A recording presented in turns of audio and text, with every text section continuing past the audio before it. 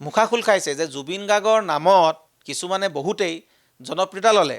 জুবিন গাৰ্গৰ নামত জুবিন গাৰ্গৰ লগত কাম কৰি নিজকে বহুত ডাঙৰ মানে শিল্পী বনালে বা কোনোবাই বহুত ডাঙৰ ডাইৰেক্টৰ হ'ল, কোনোবাই কিবা আমুক হ'ল। চবেই জুবিন গাৰ্গৰ ফেম লৈ জুবিন গাৰ্গৰ নামত ফেম লৈ এটা নিজক প্ৰতিষ্ঠা কৰি ল'লে। এতিয়া সিহঁতক জুবিন গাৰ্গক মানে প্ৰয়োজন নাই আৰু এতিয়া ভাবিছে যে জুবিন গাৰ্গ নাই মানে একোৱেই নাই। সেইকাৰণে তেওঁলোকে এতিয়া মানে ওলোটা খৰ মাৰিবলৈ ধৰিছে আৰু সেইবিলাক মানুহ এতিয়া মুখা খোল খাইছে। আমি এক জয় জুবিন দা নামেৰে জুবিনৰ জয় যাত্ৰা, আমি এটা যাত্ৰা আৰম্ভ কৰিম শদিয়াৰ পৰা ধুবুৰীলৈকে আৰু মাজুলীৰ পৰা উমানন্দলৈকে জুবিনৰ জয় যাত্ৰা আৰু কেৱল তাত জুবিনদাৰ জয় জয় গান গোৱা হ'ব আৰু গোটেই আমি শদিয়াৰ পৰা ধুবুৰীলৈকে এই যাত্ৰা কৰিম। জুবিনদাৰ বৌক আমি মানে সুৰক্ষা দিয়াৰ পৰা তেখেতক কোনোবাই আঙুলিয়াই কথা ক'ব, সেইবিলাক আমি হ'ব নিদিয়া, আমি এনেকুৱা ধৰণৰ ব্যৱস্থাৰে আমি কৰিম। জয় আই অসম, জয় জুবিন দা। তেওঁ সদায় কৈছিল যে প্ৰথমতে জয় আই অসম কবি, তাৰপিছতহে জয় জুবিন দা কবি। প্ৰথম জয় জুবিন দা নহয়, কাৰণে মই অসমক ভাল পাওঁ।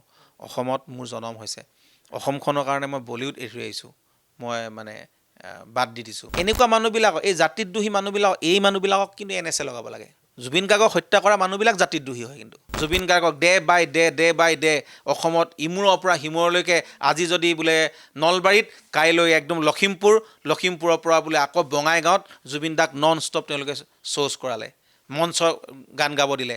যে কণ্টিনিউ জুবিন গাৰ্গক কিয় মঞ্চ থাকিব লাগে? সেইকাৰণে কেতিয়াবা জুবিন দাই মঞ্চত গান নেগাওঁ বুলি কৈ দিয়ে, কাৰণ কিয় মানুহজন ভাগৰুৱা হৈ যায়। শৰ্মা নামৰ কোনোবা এগৰাকী লেখিকা, তেওঁ মানে গৰিমা বৌক আঙুলি টুৱাব। আপোনাক সকিয়নি দিছোঁ বাইদেউ, এনেকুৱা ধৰণৰ আপুনি মন্তব্য নিদিব আৰু আপুনি অপৰাধীক ৰক্ষণাবেক্ষণ দিবৰ কাৰণে চেষ্টা নকৰিব, অপৰাধীৰ স্বাৰ্থত আপুনি মাত মাতিব নাযাব। শিল্পী জুবিন গাৰ্গৰ মৃত্যুৰ পাছৰে পৰা প্ৰতিগৰাকী অসমীয়াই তেওঁৰ ন্যায়ৰ বাবে মাত মাতি আহিছে। কোনোৱে যদি সামাজিক মাধ্যমত, আন কোনোৱে অন্য কোনো মাধ্যমৰ যোগেদি নিৰন্তৰভাৱে কেৱল এটাই কৈছে, শিল্পী জুবিন গাৰ্গক ন্যায় প্ৰদান কৰক। কিন্তু আমি এই মুহূৰ্তত সংযোজিত হৈছোঁ এগৰাকী বিশেষ ব্যক্তিৰ সৈতে। তেখেতক বিশেষ বুলি আমি এইকাৰণেই কৈছোঁ, কাৰণ জুবিন গাৰ্গৰ ন্যায়ৰ বাবে সামাজিক মাধ্যমৰ পৰা আৰম্ভ কৰি, ৰাজপথৰ আন্দোলনৰ পৰা আৰম্ভ কৰি জেল যাত্ৰালৈকে তেওঁ বিভিন্ন প্ৰত্যাহ্বানৰ সন্মুখীন হৈছে। কিন্তু বৰ্তমান সময়তো ন্যায়ৰ প্ৰসংগত তেখেত পূৰ্বৰ দৰে হুঁচিয়াৰ হৈ আছে। এই মুহূৰ্তত গীতিকাৰ সুৰকাৰ অজয় ফুকন আমাৰ সৈতে আছে। দাদা, কি ক'ব বিচাৰিব বৰ্তমান সময়ত বিভিন্ন ধৰণে প্ৰসংগটো একাদিক্ৰমে অন্য দিশলৈ ধাৱমান হোৱাৰ দৰে এটা অনুমান হোৱা নিচিনা হৈছে? বিভিন্নজনে বিভিন্ন মন্তব্য কৈছে, এই সময়ত আপুনি কি মন্তব্য আগবঢ়াব? এতিয়া যোনে যি পায় তিহকে বকিছে আৰু এইবিলাক আমি হ'বলৈ নিদিওঁ। আমি এইবিলাক বন্ধ কৰিম সকলোকে, আৰু বন্ধ কৰিব লাগিব। কাৰণ কিয় জুবিন দাই ন্যায় নোপোৱালৈকে আমি শান্ত নাথাকোঁ আৰু আমি স্বাভাৱিক হ'ব নোৱাৰোঁ। আৰু কোনোবাই যদি অপৰাধীক ৰক্ষণাবেক্ষণ দিবও খোজে, তেনেহ'লে তেওঁলোককো ৰেহাই দিয়া নহ'ব। কোনোবা মানে কোনোবা কোনবোৰ কথাত আপুনি অসন্তুষ্ট? আপোনালোকে নিশ্চয় দেখিছে যে কোনোবাই হয়তো অমিত প্ৰভাক বচাব খোজে, কোনোবাই সিদ্ধাৰ্থক বচাব খোজে, কোনোবাই সিদ্ধাৰ্থৰ নামত বহুত টকা খৰচ কৰিব বুলি কিবা এনেকুৱা ধৰণৰ বাতৰি পাইছোঁ আমি। কোনোবাই অমিত প্ৰভাক ভুক্তভোগীহে হ'ল, যে কোনো ধৰণৰ মানে দুখ কৰা নাছিলে, তাই সতী সাবিত্ৰী এনেকুৱা ধৰণৰ উপস্থাপন কৰিব খোজে, বা বহুত চোকা, বহুত গুণী জ্ঞানী, বহুত ভাল গায় নাচে। যে ভাল গায় নাচে, গুণী জ্ঞানী চোকা এগৰাকী ছোৱালী আজি কিন্তু আইনৰ দৃষ্টিত অভিযুক্ত আৰু মানে আজি চাৰ্জশ্বিটত অপৰাধী হিচাপে অভিযুক্ত হৈছে। তো ইয়াৰ পিছত তাত কথা ক'বলগীয়া একো নাই। কাৰণ কিয় ইমান এটা বৃহৎ জটিল প্ৰক্ৰিয়াৰ মাজেৰে SITয়ে যি চাৰ্জশ্বিট দাখিল কৰিছে 12,000 পৃষ্ঠা অধিক জোৰা, আৰু লগতে 300ৰো অধিক সাক্ষ্য গ্ৰহণ কৰিছে, সাক্ষী প্ৰদান কৰিছে। তাৰপিছত কোনোবাই প্ৰশ্ন কৰিব বা কোনোবাই ৰক্ষণাবেক্ষণ দিব অপৰাধীক, যে সুৰক্ষা প্ৰদান কৰিব।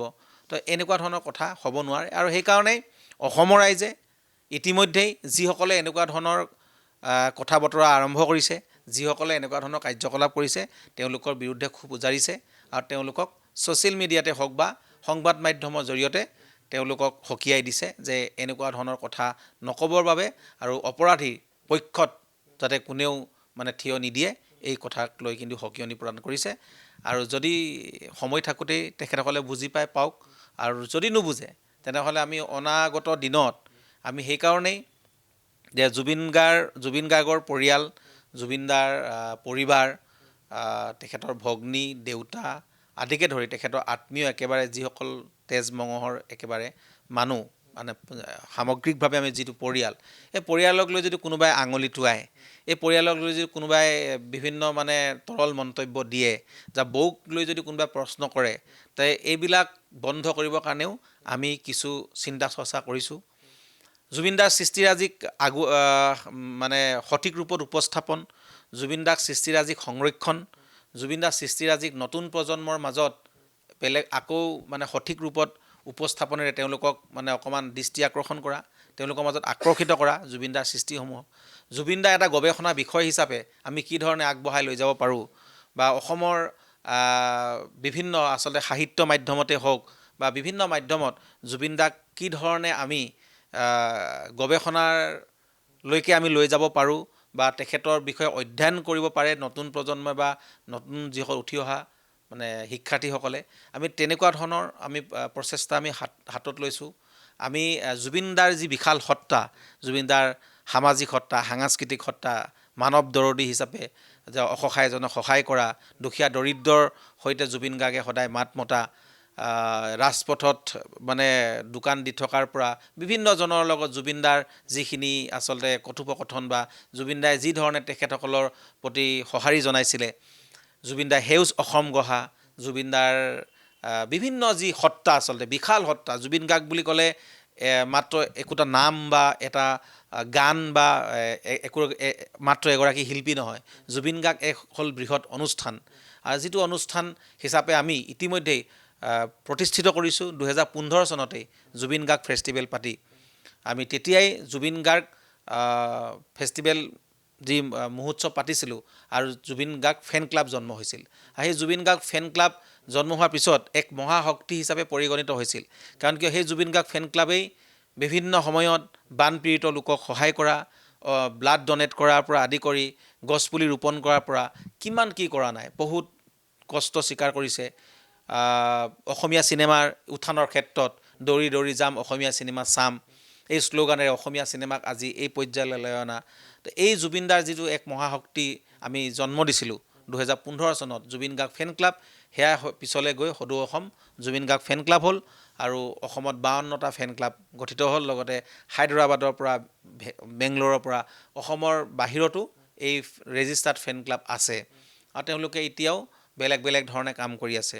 কিন্তু তেওঁলোকৰ যি কাম কাজ বা তেওঁলোকৰ যি চিন্তা চৰ্চা, সেইখিনি আমাৰ যি এক মানে সংবিধান আছিলে, সেই সংবিধানত এক সীমাবদ্ধ আছিল, কাৰণ কিয় জুবিনদাই কিছুমান নীতি নিয়ম বান্ধি দিছিলে, আৰু তেওঁলোকে তেওঁলোকৰ কাম কৰি থাকিব। আৰু তেওঁলোক এতিয়াও আছে জুবিনদাৰ লগত। যে এইটো কথা মানে কোনোবাই পাহৰিলে ভুল হ'ব যে জুবিনদা হয় কায়িকভাৱে আমাৰ মাজত নাই, কিন্তু জুবিনদাৰ মহাশক্তি বা জুবিনদাৰ লগত থিয় হোৱা প্ৰতিটো শক্তিয়েই যুৱ শক্তি, আৰু জুবিন গাৰ্গৰ মানে ভালপোৱা প্ৰতিগৰাকী মানুহ আজি জুবিনদাৰ লগত আছে।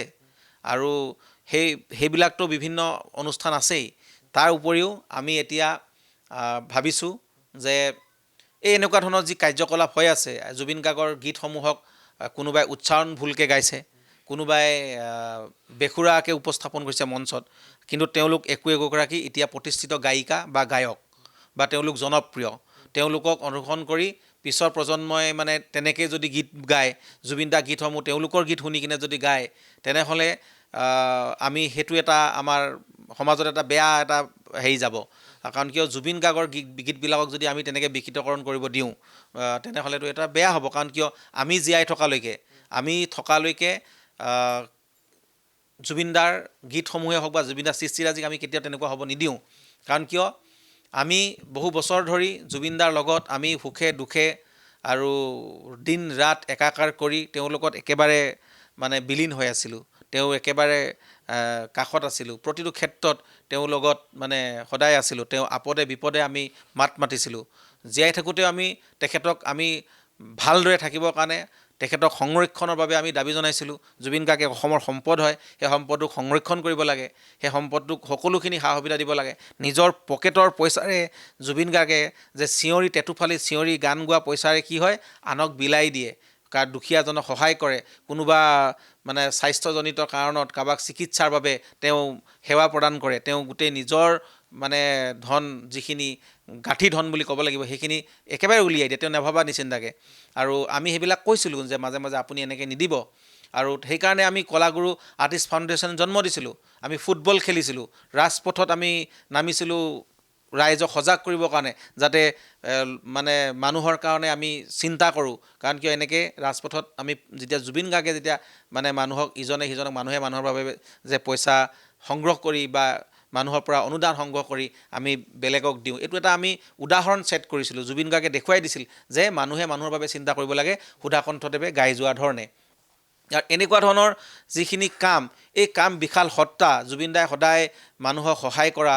মানৱ দৰ্দী হিচাপে তেওঁ আছিল তো এনেকুৱা ধৰণৰ সত্তাবিলাক আমি আগুৱাই লৈ যাবৰ কাৰণে যে আমি আমাক এতিয়া এখন মঞ্চৰ প্ৰয়োজন হৈছে আৰু যিখন মঞ্চই যে জুবিন দাক সকলোখিনি জুবিন দাৰ পৰিয়ালৰ সুৰক্ষাৰ পৰা জুবিন দাৰ গীতৰ সংৰক্ষণৰ পৰা জুবিন দাৰ সৃষ্টিৰাজিক সংৰক্ষণৰ পৰা জুবিন দা কেৱল যে গানে গোৱা নাই চিনেমাৰ ক্ষেত্ৰত কবিতা সাহিত্য বিভিন্ন ক্ষেত্ৰত জুবিন গাৰ্গৰ যিখিনি অৱদান এই অৱদানখিনিক যাতে কোনোবাই বিকৃতকৰণ কৰিব নোৱাৰে আৰু সেইখিনি আমি চিন্তা চৰ্চা কৰিছোঁ আৰু জুবিনদাৰ যে এই বিশাল যি সত্তাটোক এই সত্তাটোক আগুৱাই লৈ যাবৰ কাৰণে আমি এক জয় জুবিন দা নামেৰে জুবিনৰ জয় যাত্ৰা আমি এটা যাত্ৰা আৰম্ভ কৰিম শদিয়াৰ পৰা ধুবুৰীলৈকে আৰু মাজুলীৰ পৰা উমানন্দলৈকে আৰু সেয়াই হ'ব এক ধৰণৰ হ'ব বৃহৎ মানে এক যাত্ৰা এজন মানুহৰ নামত যি যাত্ৰাত আমাৰ জুবিনদাৰ গানৰ ক'ৰবাত প্ৰতিযোগিতা হ'ব জুবিনদাৰ কোনোবা বন্ধু বৰ্গ বা জুবিনদাৰ জীৱনত তেখেতসকলৰ অৰিহণা বা তেখেতসকলৰ জীৱনত জুবিনদাৰ অৰিহণা এনেকুৱা ধৰণৰ বহু মানুহ আছে বিভিন্নজন সেই মানুহবিলাকক আমি অকণমান তেওঁলোকৰ কথা বতৰা তেওঁলোকৰ লগত পাতি জুবিন দাৰ বিষয়ে আমি আৰু কিছুমান নজনা কথা যদি আমি তেওঁলোকৰ পৰা জানিব পাৰোঁ তেনেকৈ সেই মানুহৰ মাজত জুবিনৰ যি জয় জয়কাৰ জুবিনদাৰ যি জয়গান জুবিনদাৰ যি এক সত্তা হয়তো কোনোবাই নাজানিবও পাৰে সকলোৱে বোলে কিছুমান মানুহে মানে এই আমাৰ ইলেক্ট্ৰনিক মাধ্যমে হওক বা ইণ্টাৰনেটে হওক বা এনেকুৱাবোৰ ঢুকি নোপোৱা কিছুমান মানুহ আছে সেই মানুহখিনিৰ মাজতো যাতে আমাৰ এই যাত্ৰাটোৰ মাজেৰে জুবিন গাৰ্গক আমি তেওঁলোকৰ হৃদয়ত এক জগাই তুলিব পাৰোঁ তেনেকুৱা এক চিন্তা চৰ্চা আৰু যিসমূহ প্ৰতিভা আছে সেই প্ৰতিভাসমূহক আমি তাৰ পৰা আমি এডপ্ট কৰি আনি তেওঁলোকক তুলি আনি যদি সঁচা অৰ্থত ভাল গান গায় আমি আকৌ জুবিনদাৰ গীতসমূহক তেওঁলোকক আমি হেৰি কৰিম সমগ্ৰ অসমৰ পৰা তেনেকৈ বহু কণ্ঠশিল্পী ওলাব গায়িকা ওলাব কোনোবা সৃষ্টি কৰা ল'ৰা ওলাব কোনোবা অভিনয় কৰা ল'ৰা ওলাব সেইখিনিক আমি সঠিক ৰূপত তেওঁলোকক প্ৰশিক্ষণ দিম তেওঁলোকক প্ৰশিক্ষণ দি যে আমি যাতে তেওঁলোকক এখন মানে মঞ্চ দিব পাৰোঁ তেওঁলোকক কাম দিব পাৰোঁ তেওঁলোকে যাতে মানে জুবিনদাৰ যি সপোনৰ ছবি আছিলে অসমীয়া চিনেমা উদ্যোগক লৈ অসমৰ সংগীত জগতক লৈ তেওঁলোকেও আগুৱাই লৈ যাব তেতিয়া তো এনেকুৱা ধৰণৰ পদক্ষেপখিনি আমি হাতত লৈছোঁ আৰু যিহেতু মানে কি হয় বিভিন্ন মানে অঞ্চলত আচলতে যেনেকৈ বোকাৰ পদুম অনুপম চক্ৰৱৰ্তী ডাঙৰীয়াই এটা অনুষ্ঠান কৰিছিলে বোকাৰ পদুম তেওঁ বোকাৰ পদুম তুলি আনিছিলে সেইবিলাক গৈ আমি নিজে আমি শিপাব লাগিব আৰু হয়তো তেওঁলোকে একদম বোকাৰ পৰা উঠি আহিবৰ কাৰণে তেওঁলোকৰ কাৰণে কষ্ট হ'ব কিন্তু আমি যদি তেওঁলোকক তুলি আনো এতিয়া বোকাৰ পদুম পাহটোতো নিজে উঠি আহিব নোৱাৰে আমিতো তুলি আনিব লাগিব বোকাত নিজে গৈ নামিব লাগিব সেইকাৰণে যে আমি নিজে গৈ আমি কিছুমান কথা বিচাৰিম আমি তাৰ মাজত জুবিন গাৰ্গক বিচাৰিম মানুহক সহায় কৰি যাম বা অসহায়জনক সহায় কৰি যাম যে মানে ৰক্তদান কৰিব লাগে বিভিন্ন ধৰণৰ আমাৰ স্বাস্থ্য কেম্প থাকিব তো এনেকৈ যে জুবিন দাই যি ভাল পোৱা সেনেকুৱা ধৰণৰ এক যাত্ৰা হ'ব আৰু সেইকাৰণে জুবিনৰ জয় যাত্ৰা আৰু কেৱল তাত জুবিনদাৰ জয় জয় গান গোৱা হ'ব আৰু গোটেই আমি শদিয়াৰ পৰা ধুবুৰীলৈকে এই যাত্ৰা কৰিম আৰু তাৰ আগতে আমি কিন্তু সেই যিখন মঞ্চ আমি এখন নতুন মঞ্চ গঠন কৰিবলৈ আমি আগবাঢ়িছোঁ সদৌ অসম জুবিন গাৰ্গ অনুৰাগী মঞ্চ য'ত শিল্পী সাহিত্যিক সাংবাদিক সকলো থাকিব জুবিন অনুৰাগী থাকিব আৰু ইয়াতে কোনো ধৰণৰ মানে সীমাবদ্ধ নাই বা ইয়াত কোনো ধৰণৰ মানে হেৰি নাই যে সকলোৱে জুবিন অনুৰাগী যিহেতু আৰু সকলোৱে আমাৰ লগত সহযোগ কৰিব পাৰিব আৰু এই জুবিন অনুৰাগীসকলৰো আমি তেনেকৈ আমি ঠায়ে যিমান পাৰোঁ আমি যে প্ৰতিখন ঠাইতে যাতে জুবিন অনুৰাগী এখন মঞ্চ আমি তৈয়াৰ কৰিব পাৰোঁ যিখন মঞ্চই অনাগত দিনত নিজৰ ঠাইখিনিৰ হৈ ভাল কাম কৰিব পাৰে আজি নগাঁৱত যদি আমি কৰোঁ নগাঁৱৰ মানে নগাঁৱত যাতে ভাল কাম কৰিব পাৰে। এতিয়া ফেন ক্লাব বুলি ক'লে মই ক'লোঁ যে এটা সীমাবদ্ধত আছে, কাৰণ কি আমি তেওঁলোকক প্ৰথমে আমি কিছুমান ক্ৰাইটেৰিয়া বান্ধি দিছিলোঁ। কিন্তু এই অনুৰাগী মঞ্চখনে অকণমান আগবাঢ়ি সামাজিক জুবিন দাৰ পৰা আদি কৰি গোটেইখিনি কাম কৰিব পাৰিব, বিভিন্ন ধৰণৰ তেওঁলোকে উদ্যোগ ল'ব পাৰিব, আৰু তেনে ক্ষেত্ৰত আমি মানে তেওঁলোকক সঁহাৰি জনাব পাৰিম। আৰু সেইকাৰণে আমি তেনেকৈ গোটেই যাতে ঠায়ে ঠায়ে আমি একোখনকৈ আৰু মানে জুবিন গাৰ্গ অনুৰাগী মঞ্চ তৈয়াৰ কৰিব পাৰোঁ। আৰু আমাৰ এটা সপোন আছে যাতে প্ৰত্যেকখন জিলাতে বা প্ৰত্যেকখন ঠাইতেই এখন এখন জুবিন গাৰ্গৰ উদ্যান আৰু স্মৃতি উদ্যান, আৰু তাত য'ত জুবিন গাৰ্গৰ গান বাজি থাকিব প্ৰতিখন ঠাইতে। এতিয়া অকলে গুৱাহাটীলৈ মানুহ আহে বুলি নহয়, কাইলৈ কাজিৰঙালৈতো মানুহ যাব, তাতে যদি জুবিন গাৰ্গৰ এখন উদ্যান থাকে আৰু তাতেও যদি জুবিন গাৰ্গৰ গান শুনে, জুবিন গাৰ্গৰ বিষয়ে অলপ কিছু কথা গম পায়, তো এনেকুৱা ধৰণৰ ভাল হ'ব বুলি মই ভাবোঁ আচলতে। এতিয়া আৰু এনেকুৱা ধৰণৰ পদক্ষেপবিলাকত আচলতে কোনোবাই আগতে মানে আহ্বান জনাব লাগিব, আহ্বায়ক হিচাপে আগবাঢ়ি যাব লাগিব। তাৰপিছত কিন্তু ৰাইজৰ বা বিভিন্নজনৰ সহায় সহযোগিতা আমি নিশ্চয় পাম মানে, আৰু ইতিমধ্যে আমি পাইছোঁ। এতিয়া এই মঞ্চখনত এতিয়া মই যদি ক'বলৈ যাওঁ যে আমি যেতিয়াই আগবাঢ়িছোঁ, আমাৰ মূল মানুহজন মানে আমি মূল যিজন মানুহ, কাৰণ কিয় জুবিন দাই যাক মানে বুঢ়া বাঘ বুলি কৈছিলে, খগেন গগৈ ডাঙৰীয়াৰ ওচৰত আমি যেতিয়া গৈছোঁ, খগেন গগৈ ডাঙৰীয়াই একদম মানে পোনছাতে তেওঁ একদম পূৰা মানে কৈছে যে এইটো বহুত ডাঙৰ কাম হ'ব, বহুত ভাল কাম হ'ব। জুবিনৰ কাৰণে যদি মই জীয়াই থকা অৱস্থাত যদি মই এনেকুৱাখিনি কাম কৰিব পাৰোঁ, মোৰ কাৰণে বহুত সৌভাগ্য। তেওঁ কৈছে যে মই থাকিম, তেওঁ থাকিব। যেতিয়া মই যতীন বৰা ডাঙৰীয়াক কথাখিনি কৈছোঁ যে আমি এনেকুৱা যতীন দা কৰিব লাগে জুবিন দাৰ কাৰণে, আৰু যতীন দা সদায় সেইটো মানে তেওঁ প্ৰস্তুত জুবিন দাৰ কাৰণে মানে ভাল কাম কৰিবৰ কাৰণে, সদায় তেওঁ কৈছে মই সদায় আগত। তাৰপিছতে যি জুবিন মানসৰ যি যাত্ৰা সকলোৱে জানে, বা জুবিন মানসৰ যি গান, এয়াতো কিমান জনপ্ৰিয় আমি সকলোৱে জানো, বা সেই জুতিটো কিমান আমাক শ্ৰেষ্ঠ গান দিছে। মাজুলী, কাজিৰঙা, কি কয় আচিনা আয়ঙৰ পৰা আদি কৰি যে কিমান দিখৌ নৈ, জাঁজি নৈৰ পৰা আদি কৰি যে পৰ্বতৰ ঢেকঢেকীয়া, তাৰপিছতে অ' নবৌ, কিমান মানে ছুপাৰ টুপাৰ হিট, চিৰসেউজ, মানে অসমৰ একদম চহা কিছুমান গীত মাত মানস ৰবীন জুবিন গাৰ্গৰ যিটো জুতিৰে অসমৰ ৰাইজক দিছে। তো সেই মানস ৰবীন ককাইদেউ আজি তাৰিখলৈকে জুবিন দাৰ কাৰণে মাত মাতি আছে। আৰু সেই মানুহজনকো যেতিয়া ক'লোঁ যে এনেকুৱা কৰিব লাগে, তেওঁতো বিৰাট মানে উৎসাহেৰে কৈছে। তাৰপিছত কৈছে যে তেওঁ একদম অতি সোনকালে আমি এইটো কৰিব লাগে।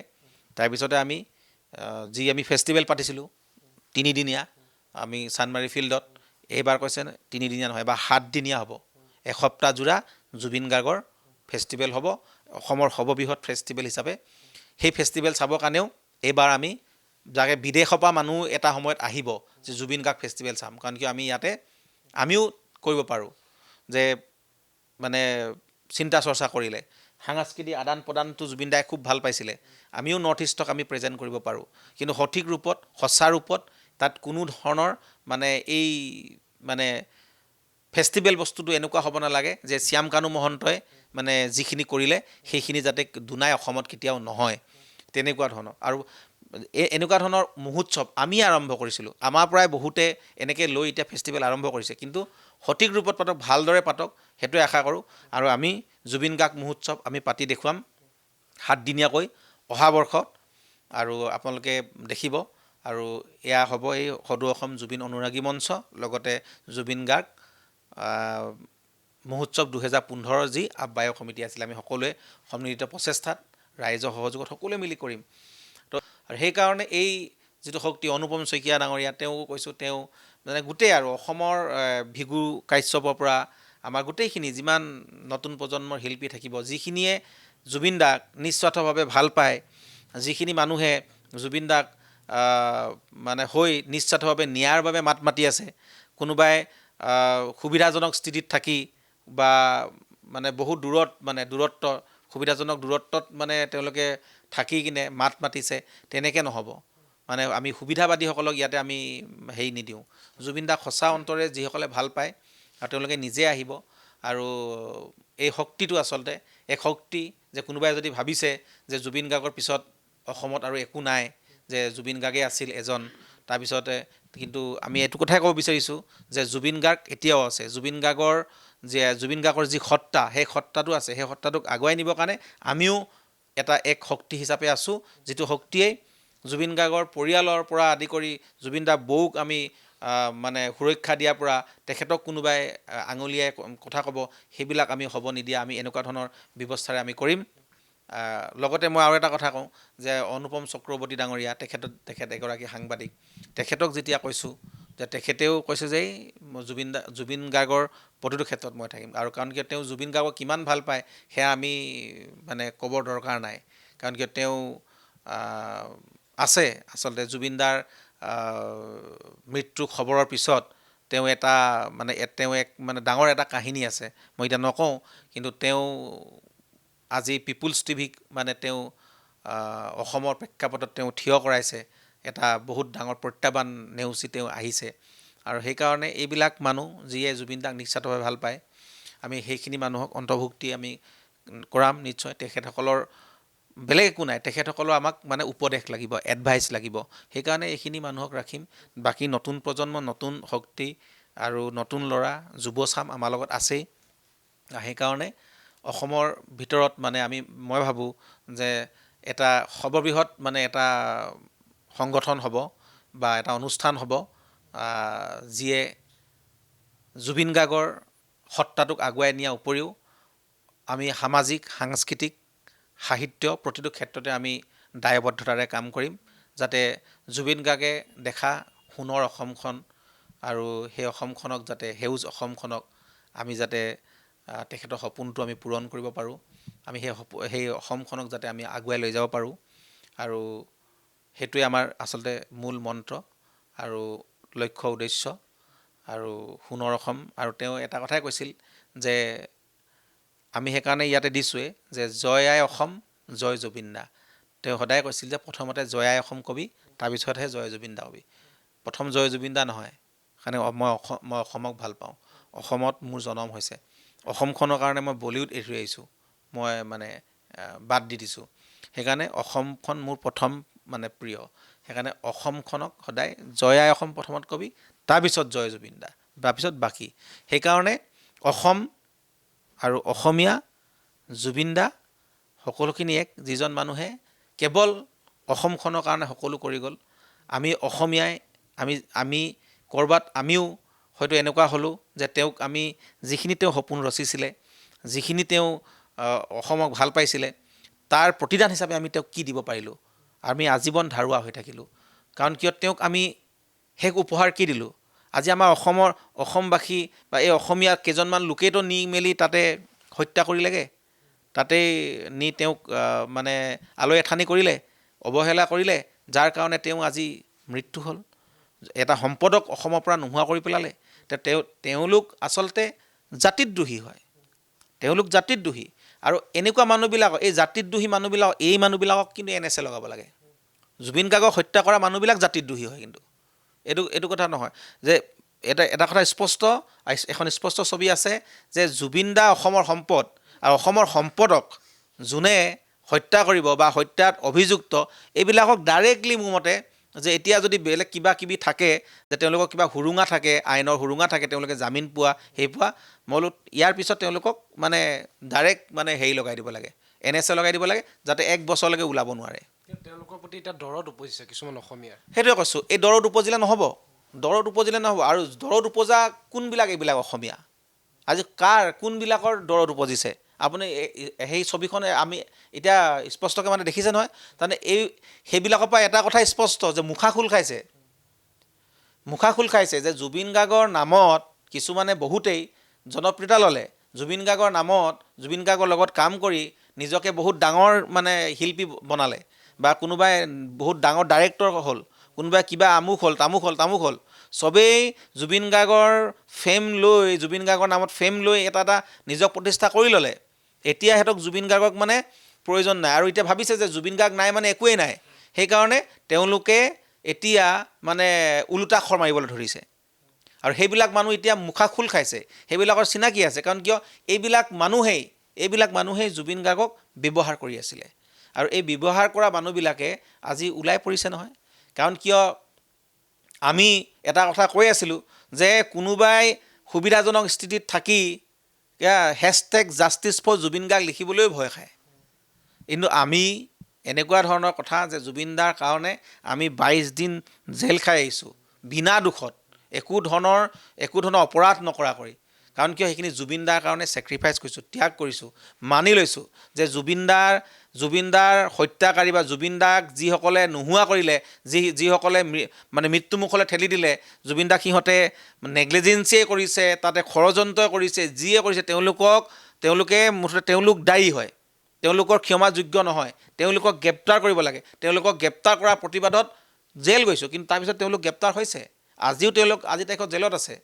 কিন্তু সেইকাৰণে সেই প্ৰতিবাদ আজি ক'ৰবাত নহয় ক'ৰবাত এখোজ যে আগুৱাইছে, যে আজি চাৰ্জশ্বিট জমা হৈছে, চাৰ্জশ্বিট জমা হোৱাটো তাতে বিভিন্ন ধৰণৰ তথ্য পাইছে নহয়। আমিও হয় এটা কথা যে কি সেই চাৰ্জশ্বিটখন নপঢ়াকৈ, সেই চাৰ্জশ্বিটখনৰ বিষয়ে নজনাকৈ বহুতেই এতিয়া আকৌ মানে ওপৰে কথা ক'ব ধৰিছে যে আপোনালোকেতো চাৰ্জশ্বিটখন পঢ়া নাই, তো নপঢ়াকৈ আপোনালোকে কি মন্তব্য দিয়ে, তাত কি লিখাছে কি লিখা নাই। আৰু ইমানটোতো এনেকুৱা নহয়, ইমান এটা জটিল প্ৰক্ৰিয়া, এই জটিল প্ৰক্ৰিয়াটোক যে মানে SITয়ে তেওঁলোকে কিমান কষ্ট কৰি, তেওঁলোকেতো বহুত কষ্ট স্বীকাৰ কৰিছে, ত্যাগ স্বীকাৰ কৰিছে। তাৰপিছত তেওঁলোকে এই 12,000 পৃষ্ঠা জোৰা এখন চাৰ্জশ্বিট লিখাটো ধেমালি ডাঙৰ কথা নেকি? ইমান সহজটো নহয়, কৰিছে। তাৰপিছত ভেঙুচালি কৰিব নাপায় নহয়। আমি চাম য়েছ, আমি এটা কথা জানো যে জুবিনদা চাৰ্জশ্বিট দিছে, তেওঁলোকৰ এগেইনষ্টত এই কালপিতকেইটা যিকেইগৰাকীয়ে জুবিন গাৰ্গৰ হত্যা গোচৰত অভিযুক্ত, তেওঁলোকৰ এগেইনষ্টত আজি চাৰ্জশ্বিট জমা হ'ল। এই প্ৰক্ৰিয়াটো আদালতৰ মজিয়ালৈ গ'ল, ইয়াৰ পিছত হেৰি হ'ব, ন্যায়িক প্ৰক্ৰিয়াটো আগুৱাব, ট্ৰায়েল হ'ব, তাৰপিছতে এদিন ৰায়দান হ'ব। ৰায়দানটো এতিয়ালৈকে দিয়া নাই। যিদিনাখনলৈকে ৰায়দান নেপাওঁ সেইদিনাখনলৈকেতো আমি ক'ব নোৱাৰোঁ দোষীয়ে বাচি যাব নে দোষীয়ে কি হ'ব। কিন্তু এটা কথা স্পষ্ট যে দোষীয়ে কেতিয়াও বাচিব নোৱাৰে, আৰু সেইখিনি আমি হ'ব নিদিওঁ। আৰু সেইকাৰণে আমি নিৰাপদ দূৰত্বত থাকি আমি মাত মতা নাই, আমি সন্মুখত মাত মাতিছোঁ। আমি য'ত মাত মাতিব লাগে তাত মাত মাতিছোঁ যে জুবিনদাই আমি ন্যায় পাব লাগিব। জুবিনদাই যিদিনাখনলৈকে ন্যায় নাপায় সেইদিনাখনলৈকে জুবিনদাৰ আত্মাই শান্তি নাপায়। জুবিনদাৰ আত্মাই সকলোকে খেদি ফুৰিব, জুবিনদাক ভাল পোৱা সকলোকে। জুবিনদাৰ আত্মাই এতিয়ালৈকে শান্তি পোৱা নাই, কাৰণ কিয় আমি আজিলৈকে ভালদৰে খাব শুব ল'ব পৰা নাই। আমি আজিলৈকে ভালকৈ যে কিবা এটা কামত একদম মানে মনোনিৱেশ কৰিব পাৰিছোঁ তেনেকুৱা হোৱাই নাই, স্বাভাৱিক হোৱা নাই নহয়। কাৰণ কিয় জুবিনদাৰ আত্মাই সকলোকে খেদি ফুৰিছে। যিখিনি মানুহে জুবিন গাৰ্গৰ লগত আছিল, জুবিন গাৰ্গক হৃদয়গম কৰিছিল, জুবিন গাৰ্গক জানিছিল, আৰু সেই যে আৱৰণখন, যি আৱৰণে যি ষড়যন্ত্ৰকাৰী, এওঁলোকৰ এই আৱৰণখনৰ কথা বহুত আগতে আমি কৈছিলোঁ যে এওঁলোকৰ বিৰুদ্ধে আমি মাত মাতিছিলোঁ।